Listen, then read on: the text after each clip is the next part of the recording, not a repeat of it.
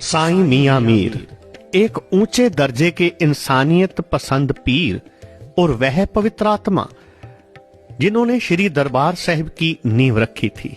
आओ जानते हैं साईं मियां मीर जी का बहुमूल्य जीवन इतिहास। हजरत साईं मियां मीर, जिन्हें मियां जी, शाह मीर, ख्वाजा मीर, बाला पीर और मीर मोइनुल इस्लाम जैसे नामों से भी जाना जाता था, एक सूफी दरवेश थे। उनका पूरा नाम शेख मोहम्मद मीर था। डॉक्टर मोहम्मद हबीब अपनी पुस्तक साईं मियां मीर में लिखते हैं कि उनका जीवन सन 1531 से 1634 तक था। उनके पिता का नाम काजी दित्ता और दादा का नाम काजी कलंदर फारूकी था। उनकी मां का नाम फातिमा था, जो काजी कदन की बेटी थी। दिखने में साईं जी मीडियम हाइट के एक सुंदर नौजवान थे। उनका रंग गेहुआ और माथा चौड़ा था। वह बचपन में ही अपने पिता के प्यार से महरूम हो गए थे। उनके 3 भाई मोहम्मद बोला, मोहम्मद उस्मान, मोहम्मद ताहिर और 2 बहनें जमाल खातून और जमी मादिया थी। उनका वंश हजरत मोहम्मद साहिब के उत्तराधिकारी हजरत उमर फारूक से शुरू होता है। 7 साल की उम्र में कुरान की शिक्षा प्राप्त करने वाले साईं मियां मीर आगे की पढ़ाई करने के लिए लाहौर आ गए थे, जहां उन्होंने मौलाना सादुल्लाह, मौलाना नियमतुल्लाह और मौलाना असदुल्लाह जैसे काबिल गुरुओं से दुनियावी तथा धार्मिक शिक्षा हासिल की थी।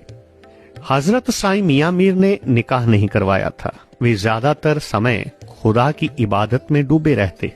कम खाना, कम सोना और कम बोलना उनकी आदतें थी।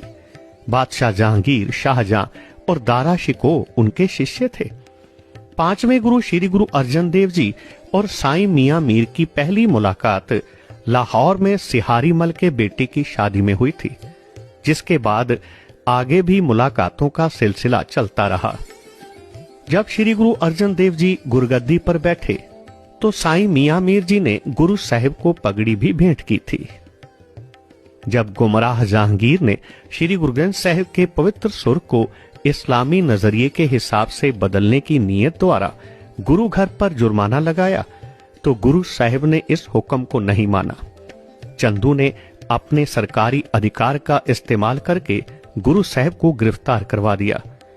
गुरु साहिब को बहुत तसीहे दिए गए। माफी के लिए शाही शर्तें दोहराई गई, पर गुरु साहिब अडिग रहे। जब साईं मियां मीर जी को यह सब पता चला तो उन्होंने गुरु साहिब की तकलीफ देखकर कहा, गुरु जी, अगर आप हुक्म दें तो मैं इन दुष्टों को सजा दूं। गुरु साहिब ने साईं जी को रोका और उनसे कहा कि वे भगवान की रजा में रहें। जब श्री गुरु हरगोबिंद साहिब जी को ग्वालियर के किले में नजरबंद किया गया था, तो साईं जी ही उनकी रिहाई का जरिया बने थे। भाई संतोख सिंह लिखते हैं कि जब छठे गुरु ग्वालियर से रिहा हुए और लाहौर में साईं मियां मीर से मिलने गए, तो साईं जी घोड़े की रकाब पकड़कर गुरु साहिब को अपने घर ले गए और झुककर खुद रकाब पकड़कर बहुत आदर से गुरु जी को घोड़े से उतारा। जब बादशाह ने गुरु जी के सामने इस तरह झुकने का कारण पूछा, तो साईं जी ने कहा था, हर गोबिंद जो हैं सो वो तो मकबूल नूरे इलाही हैं। मशहूर इतिहासकार ज्ञानी ज्ञान सिंह पंथ प्रकाश में श्री हरमंदर साहिब की नींव रखने के बारे में लिखते हैं, मियां मीर ते नींव रखाई, कारीगर पलट कर लगाई।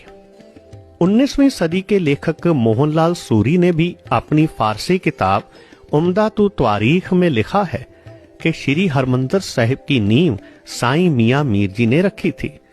क्रांतिकारी कवि मौलाना जफर अली खान श्री हरमंदर साहिब की नींव रखने का जिक्र करते हुए लिखते हैं, हरमंदर की बुनियाद की ईंट दे रही गवाही कि कभी अहले मजहब में दोस्ती मुस्कुराई थी। सचखंड श्री हरमंदर साहिब की नींव का पत्थर रखने वाले एक ऊंचे दर्जे के मानवतावादी संत साईं मियां मीर जी की महान शख्सियत को हम कोटि कोटि नमन करते हैं।